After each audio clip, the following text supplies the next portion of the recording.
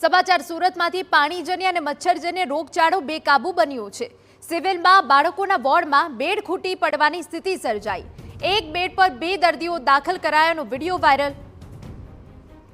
બાળકોની સંખ્યા વધુ હોવાથી એક જ બેડ પર સારવાર અપાઈ રહી છે। રોગચાળાની સૌથી વધુ અસર બાળકોમાં જોવા મળી।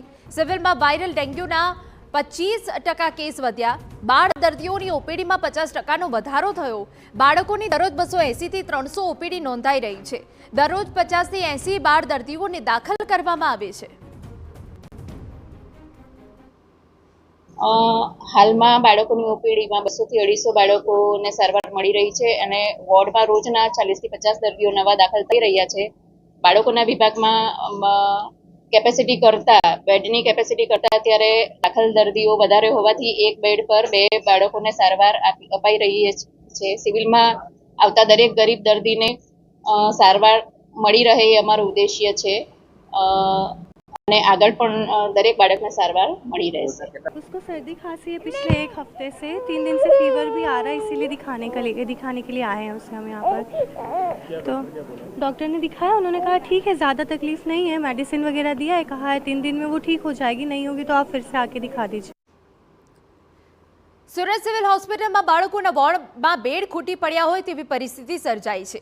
બાળકોના વોર્ડમાં એક બેડ પર 2 બાળકોની સારવાર આપવામાં આવી રહી છે।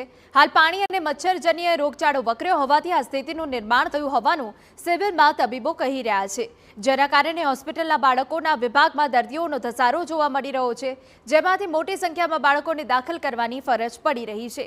બાળકોના વિભાગમાં 200 થી વધુ બેડની વ્યવસ્થા છે।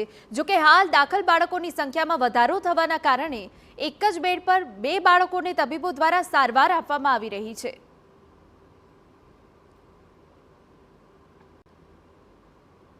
सूरत नवी सिविल हॉस्पिटल एक जो वीडियो वायरल थयो है कि बाळकोना वोर्डनी अंदर एक बेड पर बने बे बाळकोने जे सारवार आपवामां आवी रही है। अत्यारे जे रीते नवी सिविल हॉस्पिટલના દ્રશ્યોની વાત કરીએ તો વહેલી સવારથી જે બાળકોના વોર્ડની અંદર જે લાંબી લાઈન છે તે જોવા મળી રહી છે। ઓપીડીની અંદર જે લાંબી લાઈનો જોવા મળી રહી છે, કારણ કે ઓપીડીની સંખ્યાની અંદર ધીરે ધીરે જે વધારો થયો છે, અત્યારે રોગચાળાની જે સ્થિતિ છે તે જોવા મળી રહી છે। તો નવી સિવિલ હોસ્પિટલના જે ડોક્ટર જીગીસા મેડમ જોડાયા છે તેમની સાથે વાત કરીશું। મેમ, એક વિડીયો જે વાયરલ થયો છે અને અત્યારે બાળકોની ઓપીડીમાં કઈ રીતના વધારો? આપ સૌ જાણો છો તે પ્રમાણે આજે વરસાદી ઋતુ ગઈ અને વાતાવરણમાં જે ફેરબદલ થયો એ પછી મચ્છરજન્ય રોગો અને જે એરબોર્ન ડિસીઝીસ એટલે કે વાયરલ ફીવરમાં નોંધપાત્ર વધારો જોવા મળેલો છે। તે પરિસ્થિતિને ધ્યાનમાં રાખતા નવી સિવિલ હોસ્પિટલમાં એના દર્દીઓ આવી રહ્યા છે। જે દર્દીઓમાં અમને ગંભીર લક્ષણ દેખાય અથવા બાળક બહુ જ નાનું હોય તો એવી પરિસ્થિતિમાં અમે બાળકને દાખલ કરીને અંડર ઓબ્ઝર્વેશન રાખતા હોઈએ છીએ। હમણાં અમારે ત્યાં નોંધપાત્ર લગભગ રોજના 75 થી 100 જે રેગ્યુલર ઓપીડી હતા એનાથી વધારે દર્દીઓ નોંધાઈ રહ્યા છે અને એ પૈકી લગભગ 65 થી 70 જેવા દર્દીઓ અમારે ત્યાં એડમિટ થઈ રહ્યા છે। આપ સૌ જાણો છો તે પ્રમાણે નવી સિવિલ હોસ્પિટલમાં અત્યારે જે રીતે કામ ચાલી રહ્યું છે નવા બિલ્ડિંગ બનાવવાનું, તે દરમિયાન હમણાં જ અમારા વોર્ડ એક બીજી બિલ્ડિંગમાં શિફ્ટ કરેલા છે। જે બિલ્ડિંગની કેપેસિટી પ્રમાણે અમે ત્યાં જે છે કોટની એટલે કે બેડની વ્યવસ્થા કરેલ હતી, પરંતુ હમણાં જે વધારો જોવા મળી રહ્યો છે તેને ધ્યાનમાં લઈને અમે સુપ્રિન્ટેન્ડન્ટ શ્રી પાસેથી નર્સિંગ સ્ટાફ અને બીજી વ્યવસ્થા માટે માંગણી કરેલ હતી, જે સ્વીકારવામાં આવેલ છે અને એને ધ્યાનમાં લઈ અને જે રીતે વ્યવસ્થા અત્યારે ચાલુ છે, જેથી કરીને એક જ દર્દીને એ ઇન્ડિવિજ્યુઅલ કોટ મળી રહે અને એની યોગ્ય સારવાર થઈ રહે।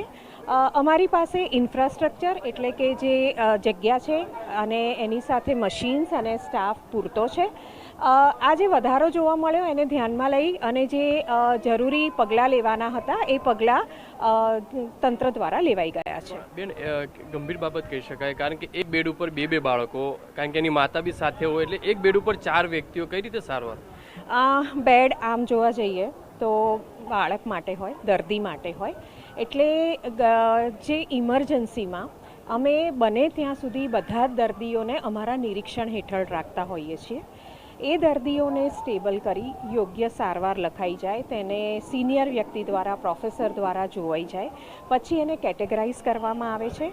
જેમ કે જો એને કોઈ સિવિયર લક્ષણ નથી, એટલે કોઈ ગંભીર લક્ષણ નથી. માત્ર દવાઓ અને એને ઓબ્ઝર્વેશનની જરૂર છે. એવા દર્દીઓને અમે અલગ કેટેગરાઇઝ કરીએ. જેને અમારા ઓબ્ઝર્વેશનની કન્ટિન્યુઅસ ઓબ્ઝર્વેશનની જરૂર છે એને આઈસીયુમાં શિફ્ટ કરીએ. એટલે એ રીતે જ્યારે પણ આપને જે વિડીયો મળેલ છે અથવા તો જે વિડીયો વાયરલ થયેલ છે એ ઇમરજન્સી સમયનો છે. અમારે ત્યાં દાખલ થતા તમામ દર્દીઓને શરૂઆતમાં 3 થી 4 કલાક ડૉક્ટરોના ઓબ્ઝર્વેશન નીચે રાખ્યા બાદ જ એમને કેટેગરાઇઝ કરી અને જુદા જુદા સ્થળે મોકલવામાં આવે છે. એટલે એ વખતે અમે કયા બાળકને કેવી લક્ષણ છે એ મુજબ અમે રાખ્યા હતા.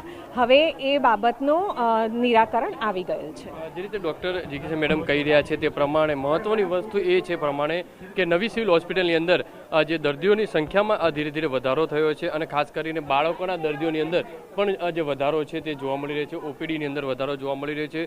જે વિડીયો વાયરલ થયો છે તેને તાત્કાલિક નવી સિવિલ હોસ્પિટલ દ્વારા નિરાકરણ કરવામાં આવ્યું છે અને તમામ જે બેડોની સંખ્યા છે તે પણ વધારવામાં આવી છે. કેમેરામેન સંજય ચંડેલ સાથે બલદેવ સુથાર, TV9 સુરત.